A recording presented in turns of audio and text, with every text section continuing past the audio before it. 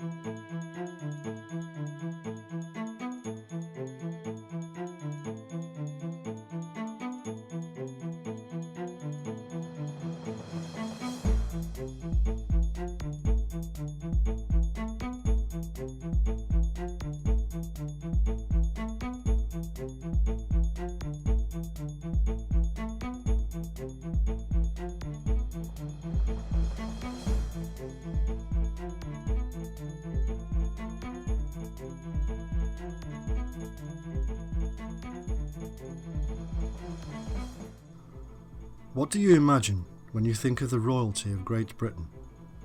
Pageants, tradition, palaces, pomp and glorious regalia?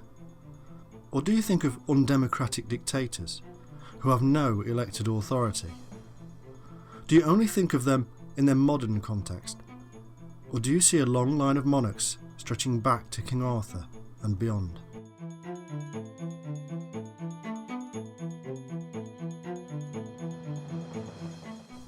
Whatever you imagine, you will be somewhere close to the truth, and paradoxically, way off the mark.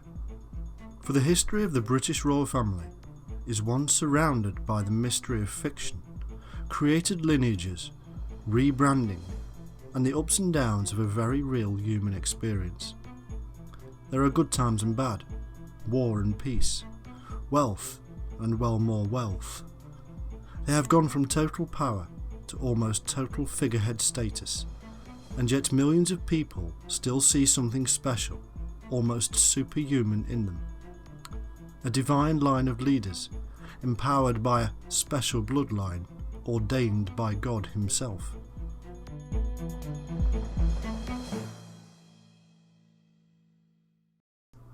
Whatever you believe about the rights and wrongs of a single family holding such power, the truth is, their story is fascinating. We can only start at the beginning, and this is where a united England first emerged from the warring factions of the many minor kingdoms of a dark age. In the 9th century, there were many kingdoms in what is known as the Anglo-Saxon period: Wessex, Mercia, Northumbria and East Anglia. Wessex became the dominant force under Egbert. However, increasing raids from Vikings and a great invasion force came in 865. By 878, the Vikings had destroyed East Anglia, Northumbria and Mercia, and almost conquered Wessex. They fought back under Alfred the Great.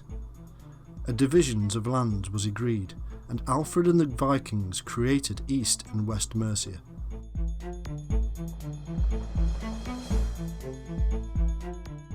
new Viking attacks came and various battles ensued until eventually a united England emerged. One king or monarch of the land known as England, one ruler, one power, uniting the people against outside aggressors. And yet it can all appear very confusing to the outsider. Great Britain, England, Wales, Scotland. Are all these countries, nations? What is it all about?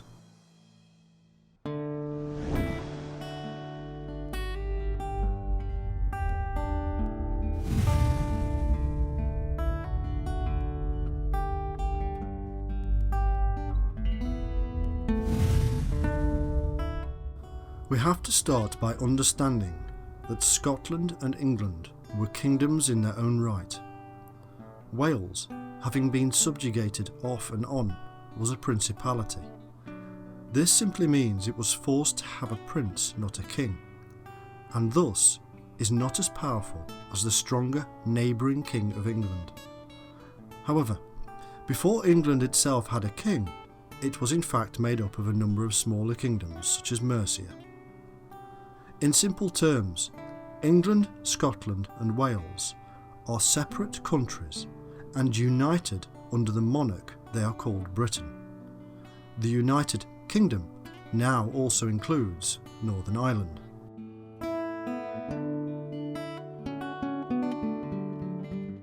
The monarchy of England began with the work of King Alfred the Great in the 9th century. Then it all changed in 1707 under Queen Anne, when England united with Scotland and formed what is now known as Great Britain. From then on, the monarchs were no longer kings and queens of just England, but of Britain.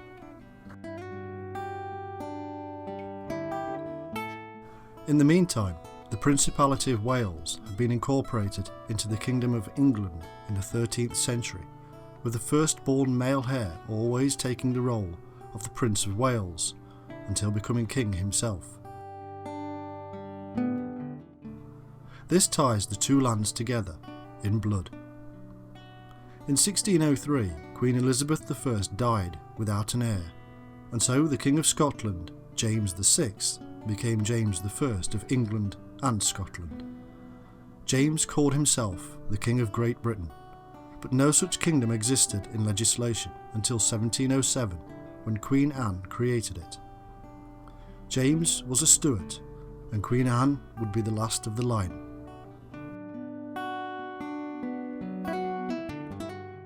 Is all that clear? The simple way of looking at it is like this. An island, once made up of numerous separate kingdoms, eventually forms into one Great Britain under one monarch.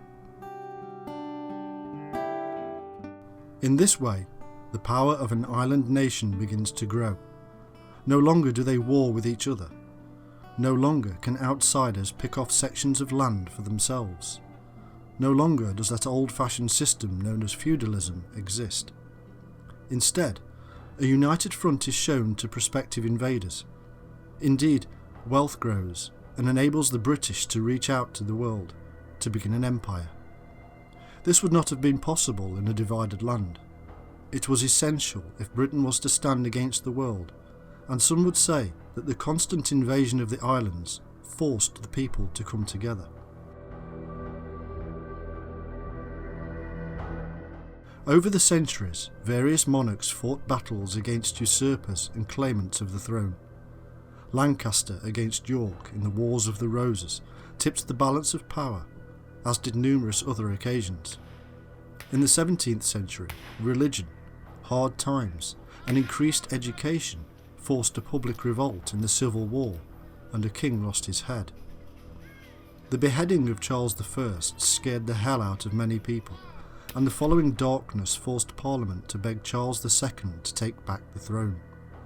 Never again would revolution occur in these lands.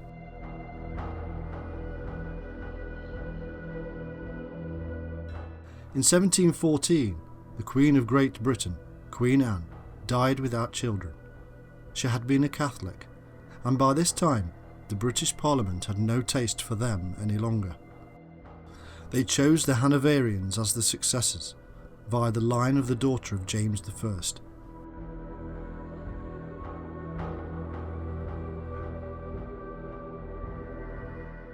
George I came to the throne, the son of Sophia of Hanover.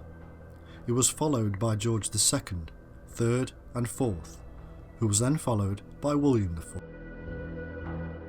And now we begin to emerge into the modern era with the granddaughter of George III, Queen Victoria.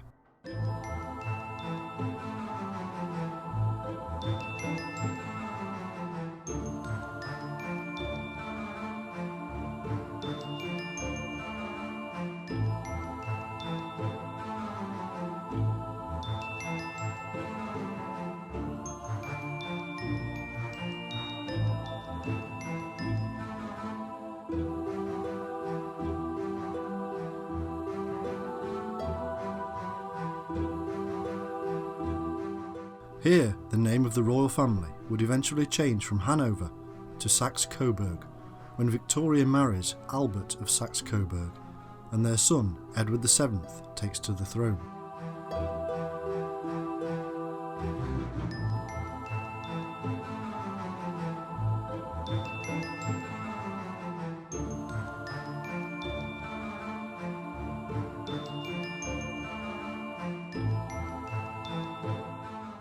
As can be seen by the names, the monarchs of Great Britain were in fact part of a much wider European system of marriages between specific powerful families. Some would say this was to help peace, others that it was simply a method of maintaining power to the few.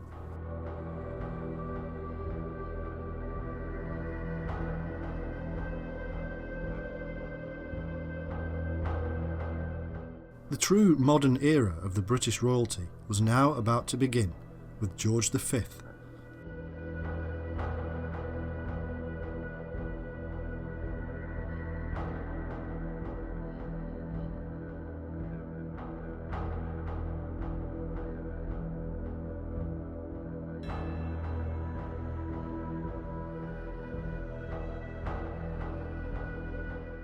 It was the early 20th century, and Britain was about to be drawn into one of the most bloody revolutions the world had ever seen, the First World War.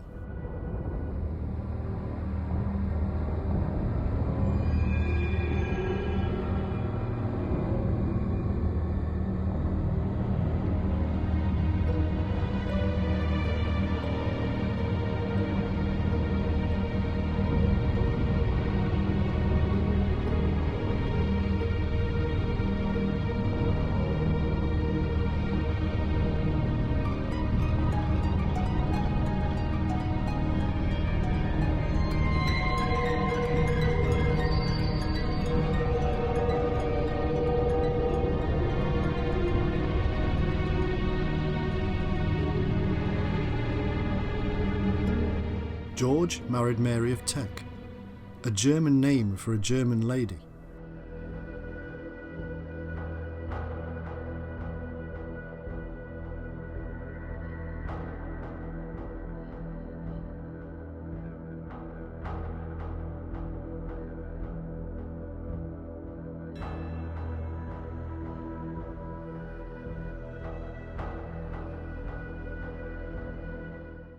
George V was likewise of German descent, being of Saxe-Coburg. As thousands and thousands of British men came home in boxes from the trenches of the war, George realised he had to do something quickly to stem the tide of criticism against a royal family seen by many as the enemy. He changed their name to Windsor. This is the origin of the modern royal family of Great Britain.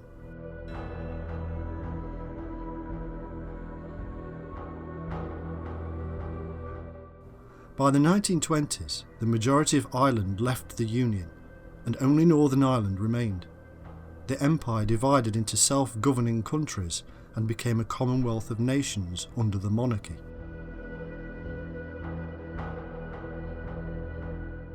Following the Second World War, most British colonies became independent, and the monarchy adopted the title Head of the Commonwealth. Each country is separate, and yet still cling to the royalty of the old country. That was a very short history of English royalty, and we will go into more depth soon, but before we do, we need to understand what they do. So what real powers do the modern monarchs of Great Britain still hold? Many powers were lost during and after the Civil War in the 17th century, but some remain. Today, the monarch is the head of state.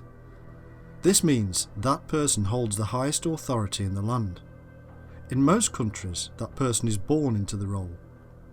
It is equal in international law to the president. However, in Great Britain, many of the powers are reduced.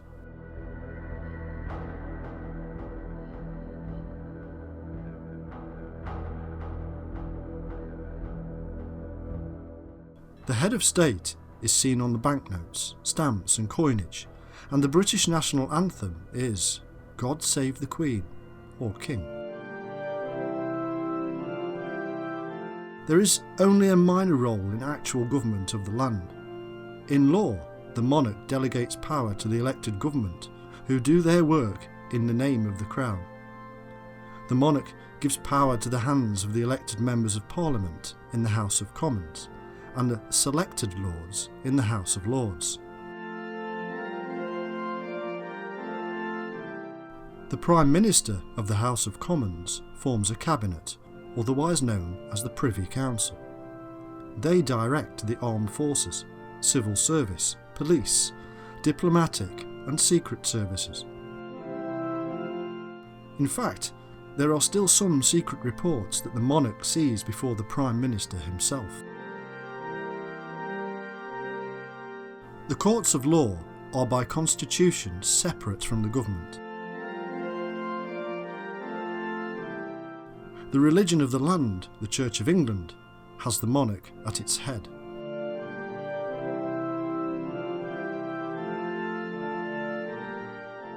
The monarch appoints many roles in government, including that of the Prime Minister elected by the people. Theoretically, the monarch could refuse to appoint the elected party leader. It is an unwritten convention that the monarch must appoint the individual who commands the majority of members in the House of Commons. The Prime Minister must attend the sovereign and is appointed to the role by the kissing of hands. No other formal gesture is required. Before a change in the law in 2011, the Queen had the power to dissolve Parliament and call fresh elections.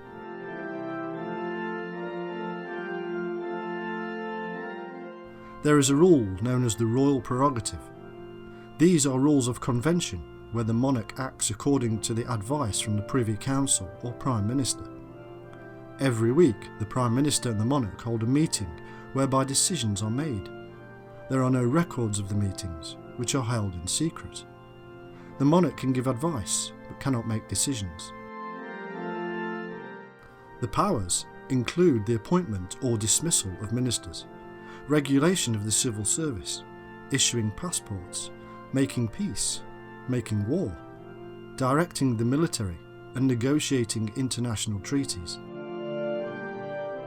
The monarch is the commander-in-chief of the armed forces, accredits ambassadors, receives diplomats from other nations, and summons Parliament.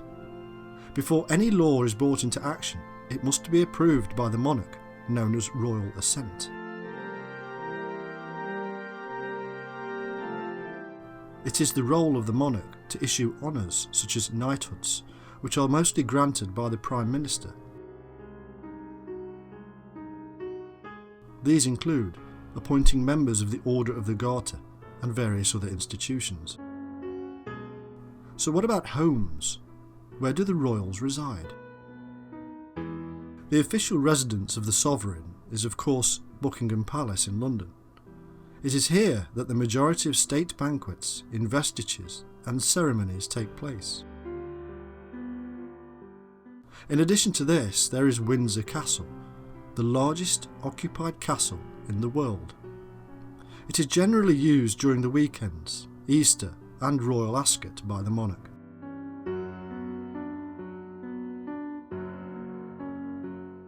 In Scotland, the official residence is known as the Palace of Holyrood House in Edinburgh. Historically, the Palace of Westminster and even the Tower of London were the main residences of English monarchs until Henry VIII acquired the Palace of Whitehall. Unfortunately, it was destroyed by fire in 1698, and the royal residency moved to St James's Palace.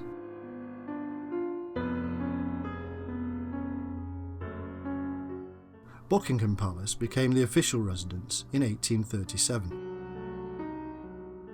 There are other palaces such as Clarence House and Kensington Palace, which are held for future rulers and cannot be sold. The monarch also privately owns Sandringham House in Norfolk and Balmoral Castle in Scotland.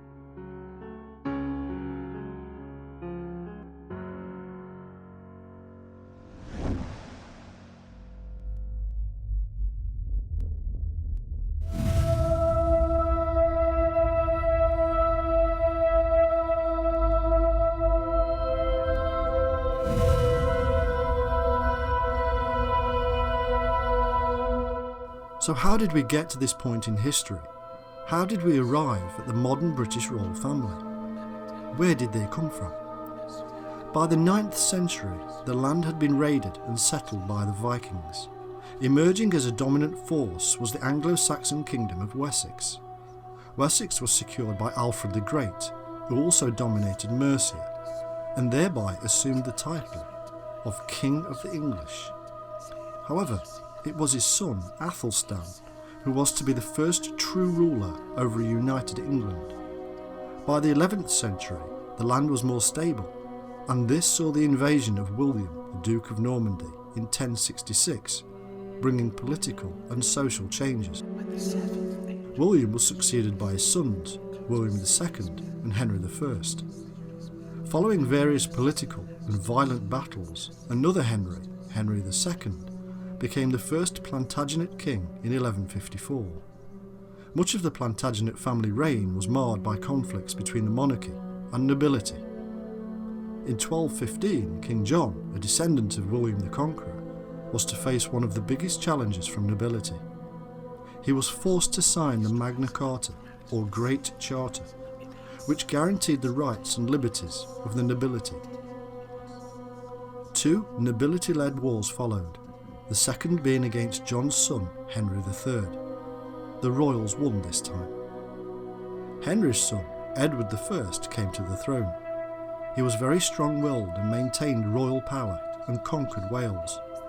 His son, Edward II, then proceeded to lose many royal powers to the nobility. In 1327, he was deposed and murdered by his wife. His son, Edward III, came to the throne and started a 100-year war with the French. His son, Richard II, again battled with the nobility, and while away in Ireland, his throne was taken by Henry Bolingbroke. Richard was deposed, imprisoned, and murdered. Henry became King Henry IV. He was, however, of the right blood, being a descendant of Edward III. His father was John of Gaunt, the Duke of Lancaster, and so the family became known as the House of Lancaster. Again, he himself was forced to battle against political plots. His son, Henry V, had a relatively peaceful reign, and so pursued the French war. He died in 1422, leaving his infant son, Henry VI, on the throne, and all the French gains were lost. Under his leadership, the House of Lancaster became very unpopular and was challenged by a descendant of Edward III, known as Richard, the Duke of York. York and Lancasters fought in a period known as the Wars of the Roses, the Red Rose of Lancaster against the White Rose of York. In 1461, Richard of York's son, Edward, took the throne and became Edward IV. The wars continued during the reigns of Edward V and Richard III, and the Lancasters finally won. They were led by Henry Tudor, who had a thin bloodline connection to royalty. He became Henry VII, and the House of Tudors began. He solidified the royal link by marrying Elizabeth of York, a true heir to the throne. His son, Henry VIII, would bring religious upheaval by breaking from the Catholic Church and establishing the Church of England. In 1553, Henry's son, Edward VI, died early, designating Lady Jane Grey as his heir. She lasted 9 days before Edward's half-sister, Mary, deposed her. Mary I married the Catholic King of Spain, Philip, and suddenly the Protestants were being persecuted. Mary died in 1558, and the Protestant half-sister, Elizabeth I, came to the throne. England would find stability and grew in world power. Elizabeth never married, and upon her death, the House of Tudor rule over the land ended. She was succeeded by the Scottish king and her first cousin twice removed, James I. His son, Charles I, would go on to lose the English Civil War and his head. The war between Parliament and the Crown may have ended with the monarch's death, but by 1660 Charles II was restored to the throne. Here, modern British politics begins, with deals struck to ensure Parliament's authority. Charles II died without heir, and his brother James, the Duke of York, took the throne. However, his Catholic background forced Protestants to beg James II's daughter, Mary, and her husband William of Orange to take the throne. James fled, and the reign of William and Mary began.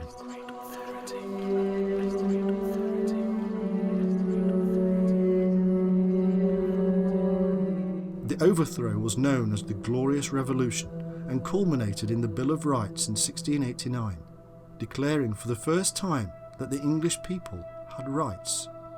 It required future monarchs to be Protestants. By 1700, a crisis arose because Mary nor her sister Anne had any surviving children. Parliament passed the Act of Settlement, stopping the Catholics reclaiming the throne. The next related family in line were therefore William's family, the Hanoverians, and William's sister-in-law, Anne. In 1714, Anne was succeeded by her second cousin, George I. Various Georges and a William followed until Victoria came to the throne, and through the Saxe-Coburgs we arrive back at the present-day House of Windsor.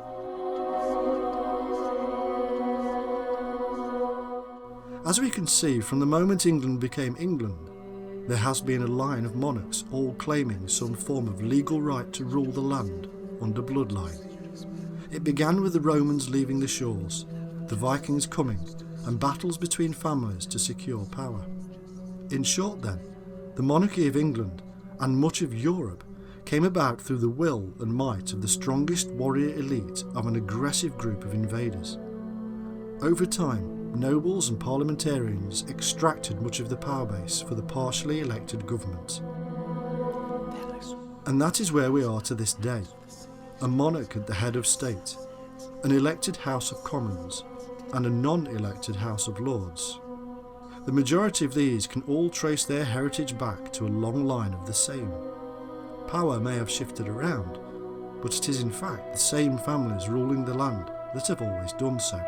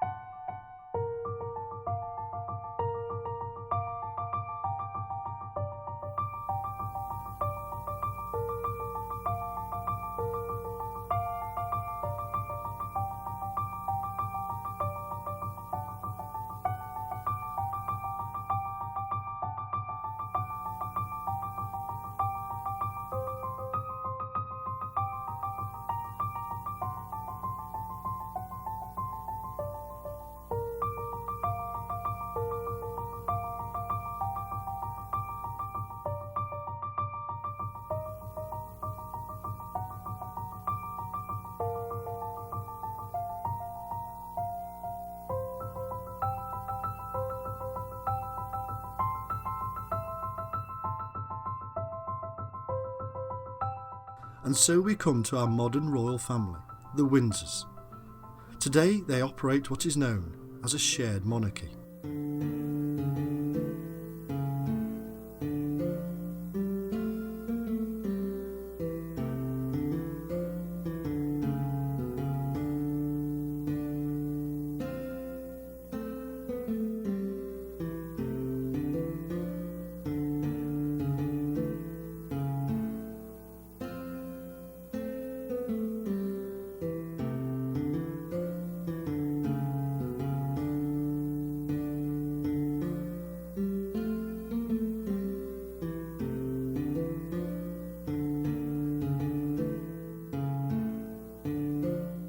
During the 20th century, the British Empire evolved into the Commonwealth of Nations.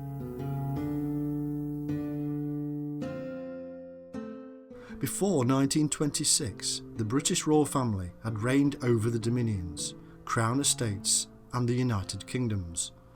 After 1926 and the Balfour Declaration, self-government was bestowed upon the Dominions. Now the Crown acted as a single monarch over each realm, rather than as a collective. In this way, the monarch of the British was now also monarch of various separate nations with separate governments. This is the Commonwealth of Nations.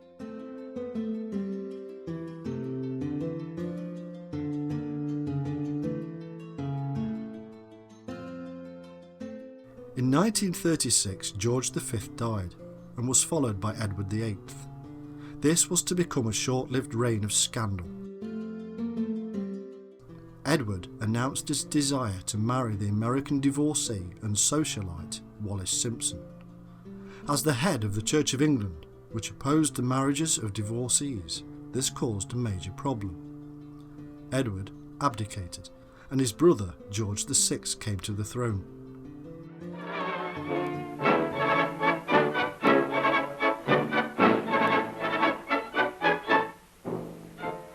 England's Day of Days. Westminster Abbey is the setting for the show of the century as peers arrive for the coronation of King George VI. The Archbishop of Canterbury, who is to crown the king. From Britain's far-flung dominions come their premiers.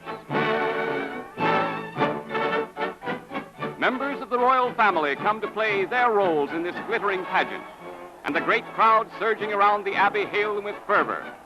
The carriage of state bring the Princess Royal and the Duchesses of Gloucester and of Kent.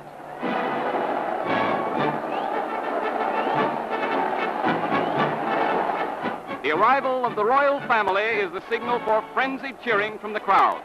The Queen Mother, who is their queen for so many years, is the idol of the British public, while the little princesses have captured every heart. Today is their big day of days, too, and they're enjoying every minute of it in round-eyed, childish wonderment.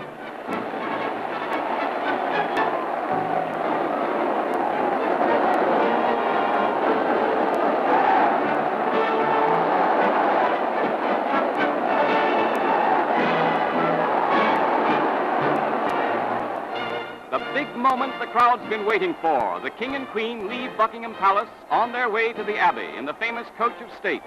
The ornate golden carriage with its crystal windows, its colorful postilions, and its superb octet of matched gray horses. This coach, built in 1761, is the symbol of regal pomp and ceremony.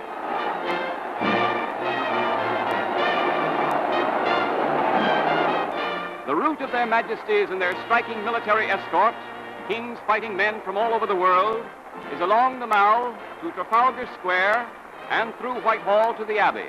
And it's one prolonged roar for the entire 2 miles, the roar of the British lion. Hundreds of thousands of throats in a roar of welcome and of allegiance. For hour after hour, the crowds have waited to see this great pageant of empire, many of them for 15 or 18 hours. And now, their reward, the king and his beautiful queen on their way to the coronation. The roar rises to a deafening din of cheers and exultant shouts of "Long live the king!" as the stagecoach nears the Abbey.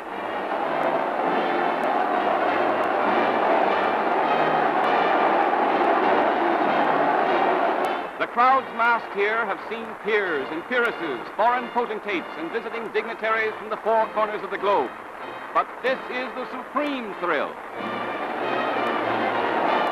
Like figures out of a storybook, the regal pair, with their elaborate state robes of satin, of velvet, and of miniver, leave their golden carriage for the next impressive act in this great dynastic drama, while in their ears ring an unprecedented ovation, ample proof of the popularity they enjoy.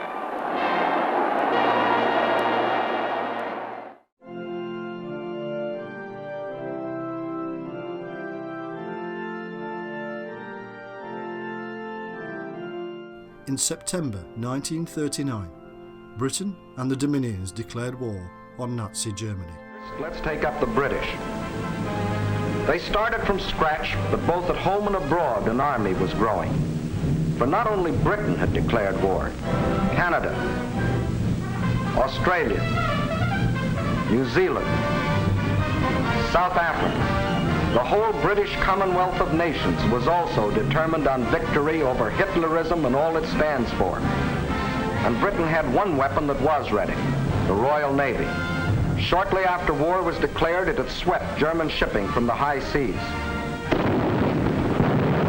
And units of the British fleet were deployed at Suez, Malta, Gibraltar, in the Channel, and in the North Sea, blockading Germany.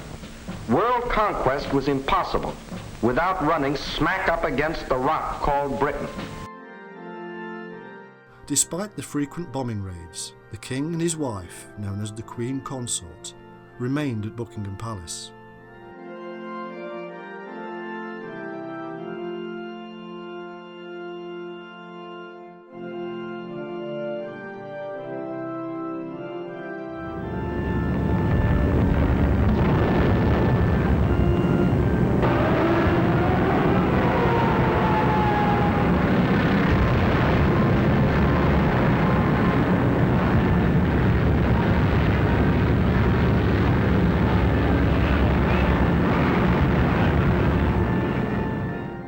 On the 13th of September 1940, 2 bombs exploded in the courtyard of the palace, and it is said they narrowly missed death.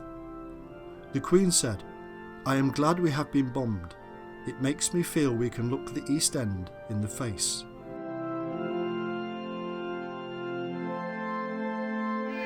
Uns verschrieben und verfallen mit Leib.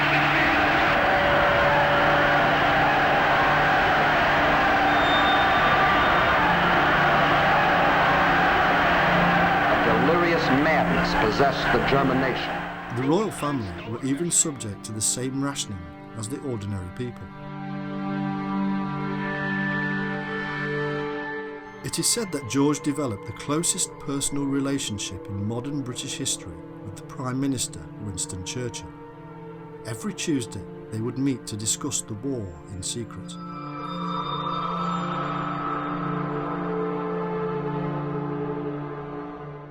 Throughout the entire war, the King and Queen made morale-boosting visits throughout the United Kingdom, visiting bomb sites and munition factories, and in the King's case, visiting military forces abroad.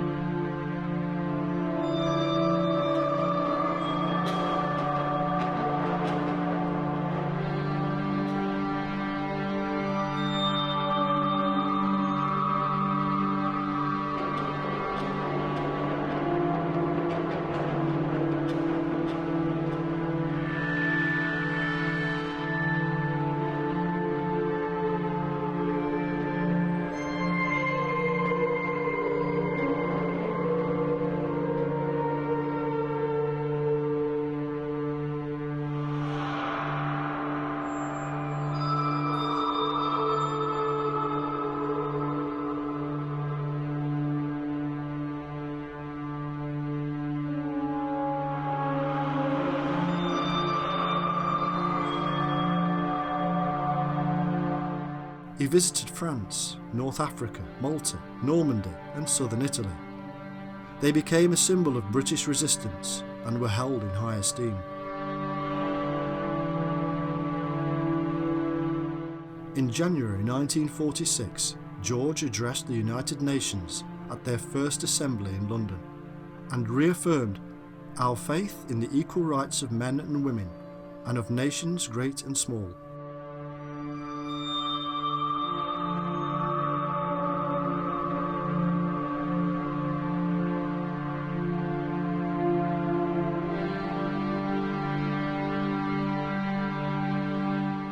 Following the war, England's empire was truly crumbling, and George became King of India instead of Emperor. But by 1950, India became a republic, and even this changed. Now the British monarchy was to become the head of the Commonwealth, covering those republic nations that desired no monarchy. There is no longer any power in the title. It is simply for ceremonial purposes and figurative.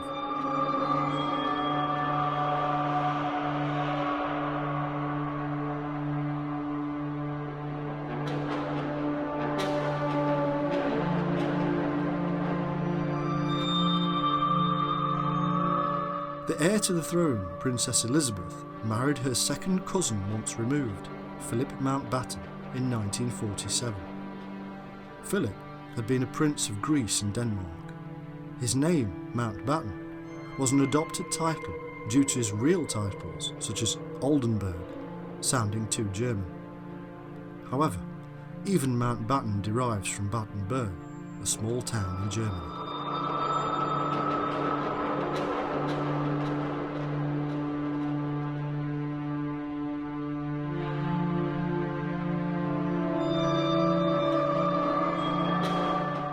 Elizabeth became Queen in 1952, and it was suggested she took the name the House of Mountbatten. However, when her grandmother, Queen Mary, heard of the suggestion, she had words with the Prime Minister, and so the name House of Windsor remained. Philip privately complained, "I am nothing but a bloody amoeba. I am the only man in the country not allowed to give his name to his own children." Elizabeth II became the head of the Commonwealth, Queen Regnant of 7 independent Commonwealth countries, including the United Kingdom, Canada, Australia, New Zealand, South Africa, Pakistan and Ceylon. Over time the numbers have changed, with the removal of South Africa, Pakistan and Ceylon. She also became Queen of Jamaica, Barbados, Bahamas, Grenada, Papua New Guinea, the Solomon Islands, Tuvalu, St. Lucia, St. Vincent, Belize, Antigua, and several others. Elizabeth was born and raised in London.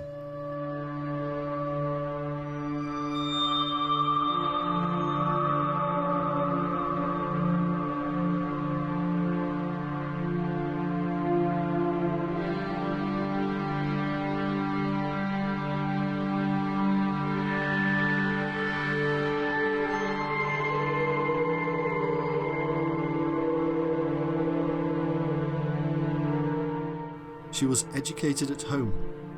Her public duties began early during the Second World War, when she served in the territorial service. She had 4 children, Charles, Anne, Andrew and Edward. Over her 60+ years as the Queen, Elizabeth has seen many cultural and historical events, from the Falklands War with Argentina to the Troubles in Northern Ireland, from the wars in Iraq and Afghanistan to the assassination of Philip's uncle, Lord Mountbatten. There have also been moments of sadness when her son's wife, Princess Diana, died in a car crash, and moments of criticism as the public support for the royal family ebbed and flowed.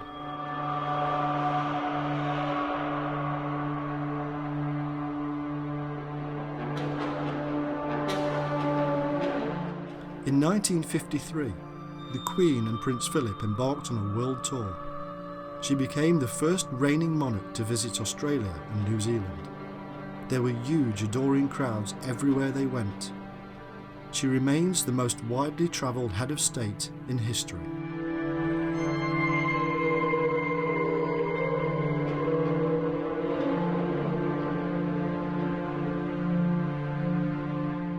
In 1957, due to political indecision and missing mechanisms within the Conservative Party, the Queen actually and unusually appointed a Prime Minister on the recommendations of the 1922 committee.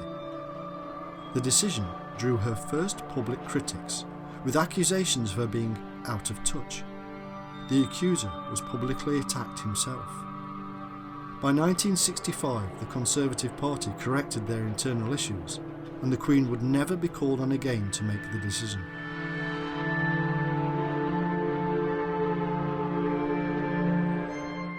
In 1957, she visited the United States and addressed the United Nations on behalf of the Commonwealth. On the same tour, she became the first monarch to officially open a Canadian parliamentary session.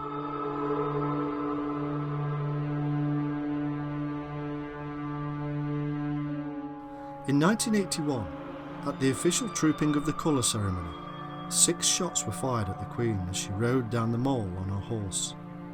The bullets were blank, and the 17-year-old who fired them received a 5-year prison sentence.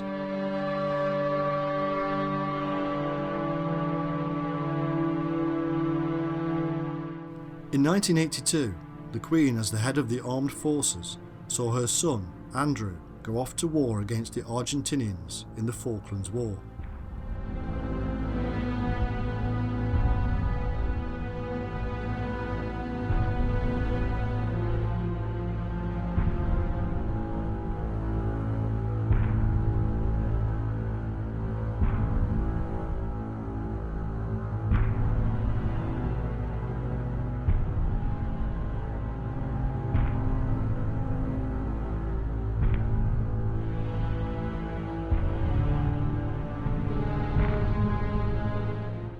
In the same year, she awoke in her bedroom at Buckingham Palace to find an intruder stood beside her. For 7 long minutes, the Queen sat and spoke calmly with him before the police arrived.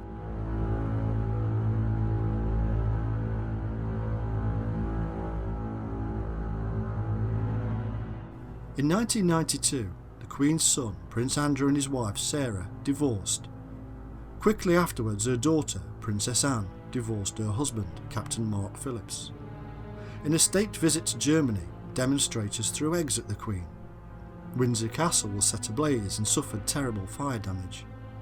Growing press scrutiny of royal finances and lifestyles were coming to a head. And then, as if the year couldn't get any worse, her son, Prince Charles, and his wife, Diana, formally separated.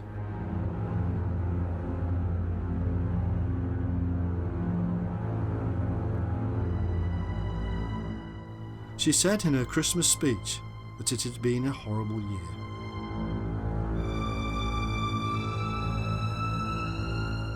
In 1995, the Queen advised Charles and Diana to divorce. A year later, the divorce took place. A year after that, and Diana was killed in a car crash.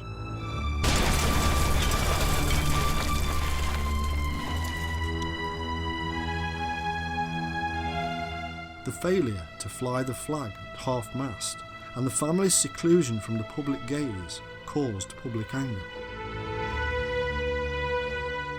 A day before Diana's funeral, the Queen held a live broadcast and spoke to her people. Anger subsided.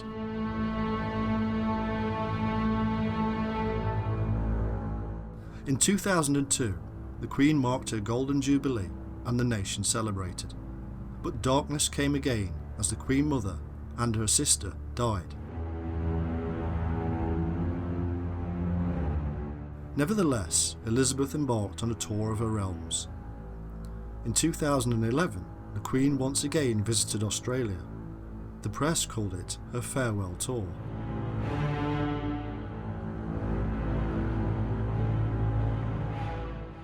The next in line to the throne was Prince Charles, the Prince of Wales.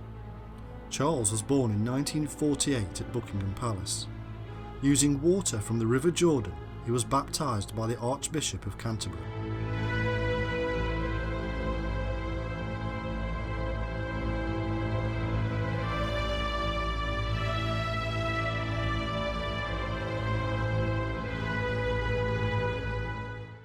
His various titles as Prince of Wales include the Duke of Cornwall, Earl of Chester, Duke of Rothesay, Earl of Carrick, Baron of Renfrew, Lord of the Isles, and Prince and Great Steward of Scotland. By tradition, Charles served in the Royal Air Force and Navy.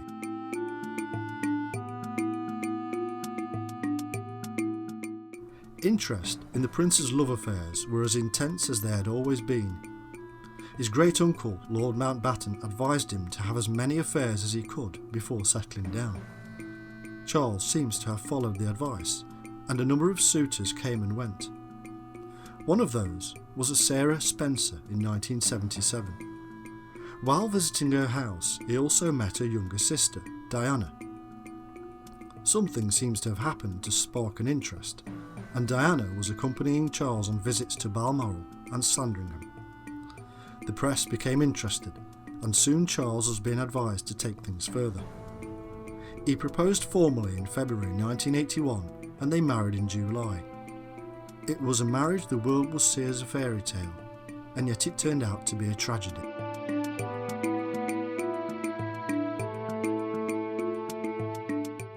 They had 2 children, William and Harry, but problems soon set in. It was evident to most onlookers that the marriage was in difficulty, and then Diana revealed that Charles was having an affair with Camilla Parker Bowles. Scandal after scandal emerged, and in 1992 their official separation was announced by the Prime Minister. They divorced in 1996, and a year later Diana died in a car crash. In 2005, Charles and Camilla announced their engagement and were later married. The succession to the throne today is governed by laws known as common law and statute. Common law is derived from examples and experience. Statute from laws created and written down in Parliament, by the monarch and elsewhere. Under common law, the crown was inherited by the firstborn male. It was also governed by the Act of Union from 1800, which states that the descendant must derive from the line of Hanover, not be a Roman Catholic or married to such. It also excluded the descendants of the abdicated King Edward VIII.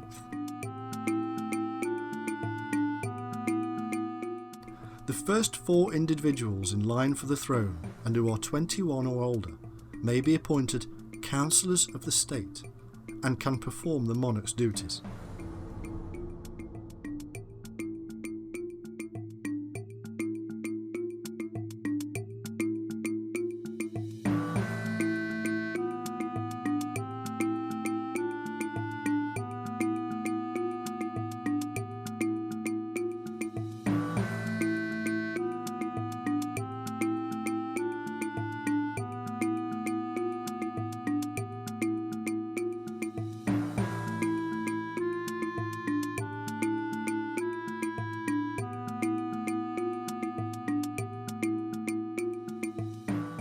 The monarch of the United Kingdom is also monarch of 15 other states within the Commonwealth of Nations.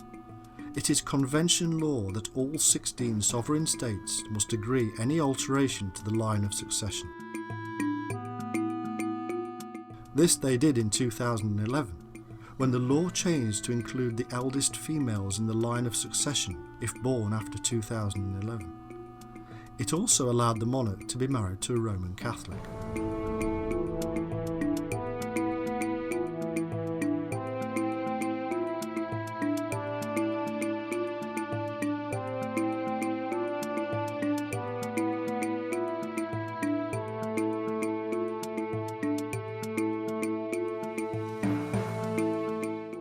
Today, the royal family of the United Kingdom is known worldwide, often appearing like Hollywood A-listers.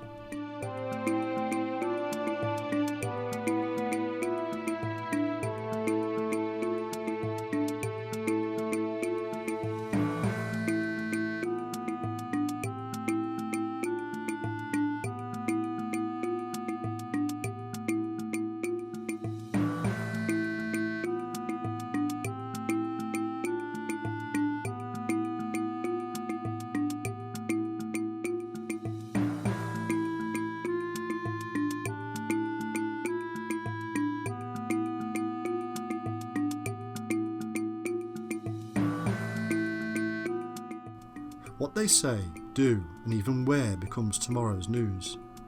Speculation on who killed Diana, or when the monarchy will change hands, is often news.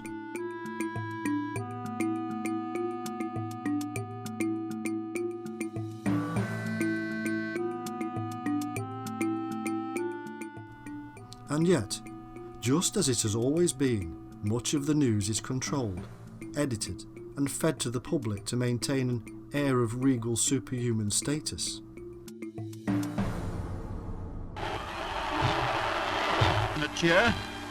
Its warmth is most evident. The Duke and Duchess of Gloucester. Then the royal coach draws up, and from it out step the King, the Queen, and the princesses. A high spot this for the crowd. Royal farewells begin. To be plainly seen in all of them its sincerity. There's a catch at my throat as I see the princesses curtsy to their grandmother. Even the train seems impatient. The royal travellers go aboard. Their daughters go with them as far as Portsmouth. The arrival at Portsmouth. More meetings and partings. This is a big moment for the city. We're run very high. All possible points of vantage are strongly held by many more people than they can easily accommodate. And the King Admiral goes very good sob. The air is heavy with emotional loyalty.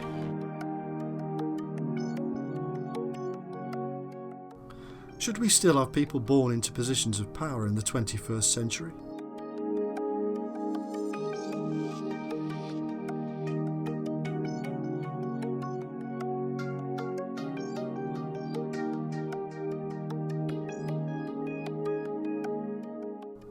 Does having such a figurehead really bring wealth and prosperity to the nation?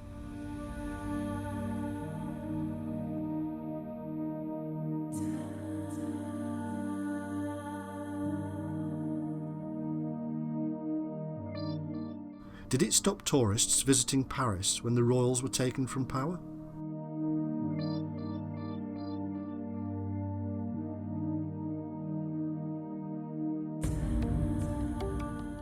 Is it democratic?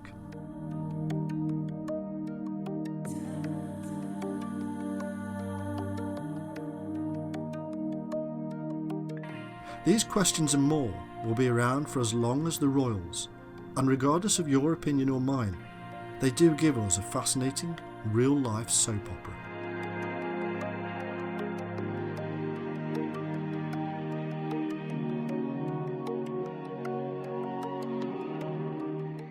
And now we must mention the latest and possibly one of the most glamorous additions to the royal family, Meghan Markle.